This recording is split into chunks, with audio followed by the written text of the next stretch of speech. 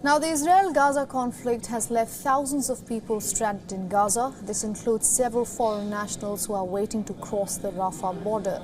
Now, Israel has given a deadline to foreign national Palestinians to use the Rafah border. Majority of them visited Gaza to meet their relatives. Both Egyptian and Israeli officials confirmed that Rafah border will reopen to let foreign nationals to cross.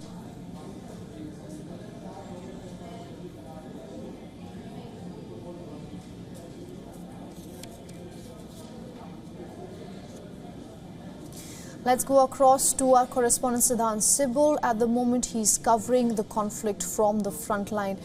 Siddhant, what is the latest you have for us from Sderot?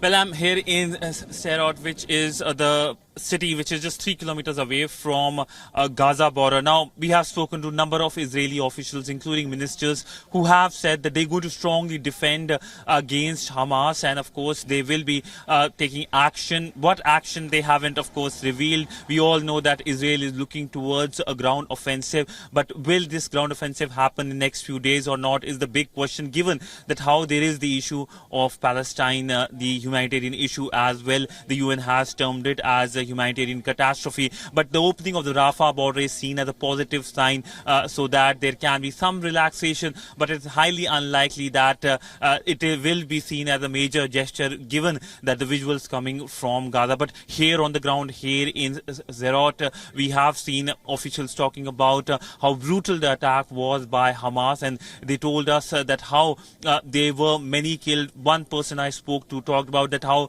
he managed to move almost 700 bodies. So there is death, despair on the ground. In fact, this city is seen as very, very unsafe, with the officials warning us continuously, saying that this could come under the rocket attacks anytime. But today, this city has become a ghost town, with most of its civilians being moved out.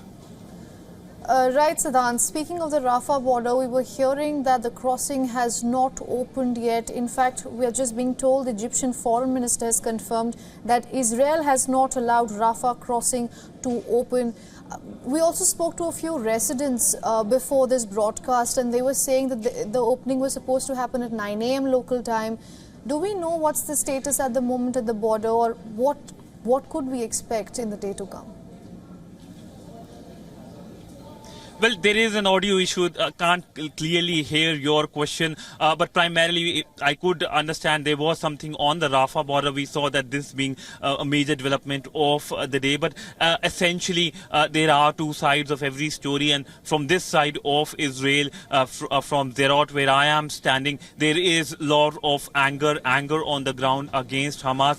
One of the Israeli minister who we just spoke to said that this is a war, clearly terming as this a kind of a major concern for the Israeli side. It's been just over 1 week since the attacks by Hamas, the terrorist attack happened here. But most of the officials were of high praise for India, with a strong stance against terrorism.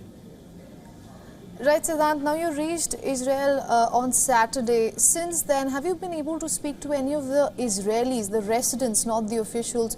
How are they seeing the war and the kind of atrocities that Gazan citizens are also undergoing at the moment? How do they feel about it?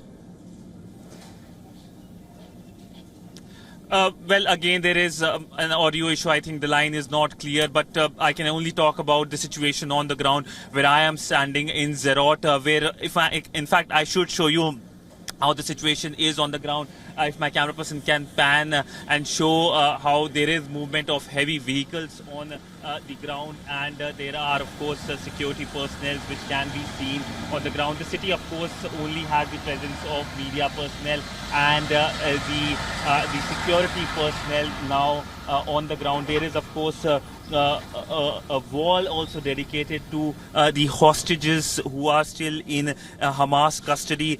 It's in a bunker, so there will be a network connectivity, and that is why we have come out. But essentially, when it comes to the solidarity on the ground, there is a lot of groundswell solidarity, but also anger. The people want some kind of action by the Israeli side in Gaza. What kind of action it will be, only time will tell. All right, Siddhant, thank you for getting us all those updates from Ground Zero, and we wish and hope that you are safe there.